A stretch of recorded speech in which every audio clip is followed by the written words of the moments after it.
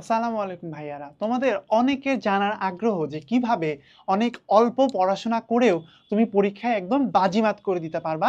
তাই আজকের একটা ছোট ভিডিও বানাইতে চলে আসলাম যে কিভাবে তুমি অল্প পড়ে বেশি পারফর্ম করতে পারবা, বেশি নাম্বার পাইতে পারবা, সেটার কিছু হ্যাকস নিয়ে। সবার আগে আসলে আমরা দেখি, প্রথমত তোমাকে যে জিনিসটা করতে হবে সেটা হচ্ছে তুমি খুব স্মার্টলি পড়বা। বেশি হার্ড ওয়ার্ক করার চাইতে কিন্তু ইম্পর্টেন্ট হচ্ছে স্মার্ট ভাবে পড়া। হার্ড স্টাডির চাইতে ইম্পর্টেন্ট হচ্ছে স্মার্ট স্টাডি করা। স্মার্ট স্টাডি কিভাবে করবা? তুমি নানান ধরনের টেকনিক ইউজ করবা, নিমোনিক শিখবা, চার্ট টেবিল এগুলা বানায় পড়বা। তো এবং তুমি কন্টিনিউয়াসলি অল্প অল্প অল্প করে তুমি পড়তে থাকবে। এবং আরও কি কি স্মার্ট স্টাডি টেকনিক আছে সেটা তোমাদেরকে অবশ্যই বলবো। সবচাইতে ইম্পর্টেন্ট যে জিনিসটা আমি এখানে ডিরেক্ট লিখে রাখি নাই, সেটা হচ্ছে স্মার্টলি পড়ার ওয়েটা হচ্ছে সারাটা বছর ধরে অল্প অল্প করে পড়া। একদিনে যদি তুমি অনেক পড়তে চাও, এই কথা যদি তুমি ভেবে থাকো, তাহলে কিন্তু শেষ পর্যন্ত যে তোমার জন্য এটা অনেক বার্ডেন হয়ে যাবে এবং তোমাকে তখন হার্ড স্টাডি করতে হবে। সেই জায়গা থেকে যদি তুমি বের হয়ে আসতে চাও, আসো স্মার্ট স্টাডি করো। স্মার্ট কারা? যারা সারা বছর অল্প অল্প করে পড়তেছে তারা স্মার্ট। আসো দেখো, 2 নাম্বার কথা হচ্ছে যে বোর্ড প্রশ্ন আছে, বিভিন্ন টপিক ওয়াইজ প্রশ্ন আছে, সবগুলো গুরুত্বপূর্ণ প্রশ্ন তুমি আগে দেখবা, তারপরে যে তুমি ওই টপিকটা পড়বা। এতে করে হবে কি, তুমি কম পড়তে পারবা। অনেক টপিক তুমি ধরো জীবনে প্রশ্ন আসবে না, তুমি জানো, ওই টপিকটা তুমি স্কিপও করে ফেলতে পারো। ওইটা স্কিপ করে তুমি যেটা বেশি ইম্পর্টেন্ট সেটার উপরে বেশি এফোর্ট দাও, ওইটা বেশি প্র্যাকটিস করো, তাহলে কিন্তু তুমি অল্প পড়েই তোমার প্রিপারেশনটা কাভার হয়ে যাচ্ছে। আসলে আমি তোমাদেরকে আবার একটু লাস্টে এই জায়গাতে নিয়ে আসি। মডেল টেস্ট বা বিগত বছরের প্রশ্ন বেশি সময় তোমাকে দিতে হবে। কেন দিতে হবে? কারণ তুমি যদি ভাইয়া এই বছরের প্রশ্ন একটু অ্যানালাইসিস করে দেখো, বিশেষ করে ধরো আমি তো বাংলা পড়াই, তো আমি বাংলার জন্য বলতে পারি যে বাংলা যদি তুমি একটু প্রশ্ন উল্টায় দেখো, বাংলা প্রথম পত্র এবং দ্বিতীয় পত্র মোস্ট অফ দ্য কোয়েশ্চেন আগের বছরগুলোতে এসেছে। বিভিন্ন টেস্ট পেপারে এই প্রশ্নগুলো আগে থেকেই ছিল। তাই তুমি যদি ভাইয়া মডেল টেস্টগুলো এবং বিগত বছরের প্রশ্ন একটু বেশি সময় দিয়ে পড়তে পারো, তোমাকে কিন্তু পুরো জিনিসপাতি পড়তে হচ্ছে না। তুমি শুধু মডেল কোয়েশ্চেন সলভ করো এবং বিগত বছরের প্রশ্নগুলো দেখো, তাইলেই কিন্তু তুমি যে কম পড়ে বেশি রেজাল্ট পাওয়ার দিকে আরও এক ধাপ এগিয়ে যাচ্ছ। আসো আবার এখানে, প্রতিদিন অল্প অল্প করে পড়ো এবং সেটার সাথে ইম্পর্টেন্টটা হচ্ছে রিভিশনটাও তোমাকে নিয়মিত করতে হবে। ভাই আমরা রিভিশন কখন করি? আমরা রিভিশন করি হচ্ছে পরীক্ষার ডেট দিলে, পরীক্ষার আগের দিন রিভিশন করি। হ্যাঁ, এটা ভালো, রিভিশন করতেছো অন্তত, এটা তো ভালো। কিন্তু ততদিনে তুমি কিন্তু অনেক কিছু ভুলে গেছো, তখন তোমাকে অনেক কিছু নতুন করে শিখতে হচ্ছে। কখন নতুন করে শিখতে হচ্ছে? পরীক্ষার ঠিক আগের রাতে। এইখানে ভাইয়া তুমি ধরাটা খেয়ে যাও, তখন তোমাকে কুত্তার মতো পড়তে হয়। কুত্তার মতো যদি এভাবে পড়তে না চাও, অল্প পরে যদি ভালো কাজ করতে চাও, ভালো রেজাল্ট করতে চাও, তোমাকে যেটা করতে হবে সেটা হচ্ছে স্মার্টভাবে পড়ো। স্মার্টভাবে পড়ার আরেকটা উপায় হচ্ছে তাহলে কি? নিয়মিত রিভিশন করা। নিয়মিত বলতে ভাই আমি কি বুঝাচ্ছি?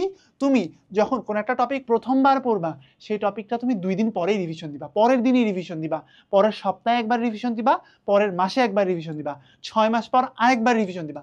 আর ভাইয়া যে টপিক তুমি একবার পড়ছো আর 4বার রিভিশন দিছো, সেই জিনিস তুমি জীবনে ভুলবা? ভুলবা না। তাহলে স্মার্টভাবে পড়ার আরেকটা উপায় হচ্ছে রিভিশন দিয়ে দিয়ে পড়া, নিজে নিয়মিত রিভিশন দেয়া। এইটা দেখো ভাইয়া, নিজের হাতে সংক্ষিপ্ত নোট তৈরি করতে হবে। এটা তোমাকে নিজেকেই করতে হবে। আমরা ধরো ভাইয়া তোমাকে নোট প্রোভাইড করব, আমরা তোমাকে নানান ধরনের ক্লাস দিব, কিন্তু তুমি ধরো আরো অনেক প্ল্যাটফর্ম থেকে অনেক ক্লাস পাবা, অনেক নোট পাবা, কিন্তু নিজের হাতে নোট করবার কোনো বিকল্প নাই।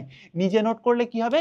তুমি যখন লাস্ট মোমেন্টে যে রিভিশন করবা, তখন তুমি জানবা যে তোমার নোটে কোথায় কি আছে, কোন জিনিসের বেশি প্রায়োরিটি, তুমি কোন জিনিসটা পারো না, কোন জিনিসটা তুমি ভালো বুঝো, কোন জিনিসটা তোমার এখন রিভিশন না দিলেও চলবে। এই জিনিসগুলো কে জানে ভাইয়া? অন্য যে বান্দা নোট করছে সে কি তোমার প্রায়োরিটি দেখে নোট করছে? সে নিজের জন্য নোট করছে।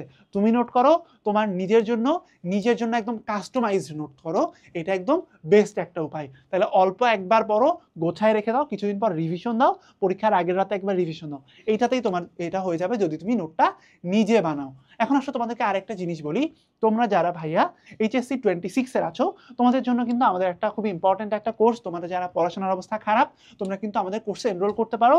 সেটা হচ্ছে humanities revive academic two admission. এই কোর্সটাতে ভাইয়া তুমি কি পাচ্ছ? 230টারও বেশি রেকর্ডেড ক্লাস পাবা, 120টার বেশি এক্সাম দিতে পারবা, এবং লেকচার শিট, সাজেশন এগুলো তো আছে। আরও যদি দেখো, প্রত্যেকটা টপিকের উপরে কিন্তু আমরা দাগানো বই দিচ্ছি, ইবুকের সাজেশন দিচ্ছি, বিষয়ভিত্তিক একাডেমিক ক্লাস তো অবশ্যই নিচ্ছি, এবং টেস্ট পেপার সলভিং ক্লাস, যেটা ভাই অনেক কোর্স হয়তো তুমি পাবা না, টেস্ট পেপার সলভিং ক্লাস পাবা, এবং টপিক ওয়াইজ ক্লাস কিন্তু আমরা নিচ্ছি। এবং অ্যাডমিশনের জন্য সবচেয়ে বড় কথা, তুমি যে একাডেমিক টু অ্যাডমিশন, তোমার একাডেমিকের প্রিপারেশনও যেমন হয়ে যাবে, অ্যাডমিশনের প্রিপারেশনও হয়ে যাবে, এটাও তুমি আমাদের কাছে পেয়ে যাচ্ছ। আবার দেখো আমরা প্রত্যেকটা বিষয়ের জন্য একদম বিস্তারিত একাডেমিকের জন্য থিওরি ক্লাসও নিচ্ছি। তো তুমি যদি স্মার্ট স্টাডি করতে চাও, কম পড়ে যদি তুমি বেশি ফলাফল পেতে চাও, এই কোর্সটা কিন্তু তোমার জন্য আরেকটা অপশন হতে পারে। আসো আমরা আবার টপিকে আসি। যেটা পড়ো সেটা তুমি অন্য কাউকে একটু বুঝায় বলতে চেষ্টা করো, কারণ teaching is the best learning. যখন তুমি কাউকে শিখাবা তখন তুমি নিজেও শিখে ফেলবা। তুমি নতুন একটা টপিক শিখলা, মুখে মুখে একটু আওড়াও যে এটা যদি তুমি টিচার হইতা তুমি অন্য কাউকে কিভাবে শিখাইতা, তুমি সত্যি সত্যি তোমার কোনো একটা বন্ধুকে শিখাই দাও না। এই কাজটা যদি করো দেখবা যে তোমার জিনিসটা অনেক সহজে মাথায় ঢুকে গেছে। টাইম ম্যানেজমেন্ট ঠিক রাখা, সময় ধরে ধরে পড়ো। সময় ধরে ধরে কেন পড়তে হবে, কারণ তুমি যখন শিখবা যে টাইমটা কিভাবে ম্যানেজ করতে হয়, অল্প টাইমের মধ্যে কিন্তু তুমি অনেক এফোর্ট, মানে অল্প এফোর্ট দেওয়ার মাধ্যমেই অনেক রেজাল্ট তুমি ওখান থেকে বের করে আনতে পারবা।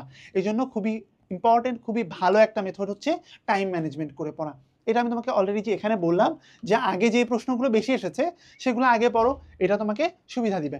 লাস্টের দুইটা পয়েন্ট খুব খুব খুব ইম্পর্টেন্ট, সেটা হচ্ছে ডিস্ট্রাকশন ফ্রি থাকতে হবে। কিভাবে ডিস্ট্রাকশন ফ্রি? মোবাইলটা একটু দূরে রাখো, সোশ্যাল মিডিয়াতে অকারণ স্ক্রল করো না।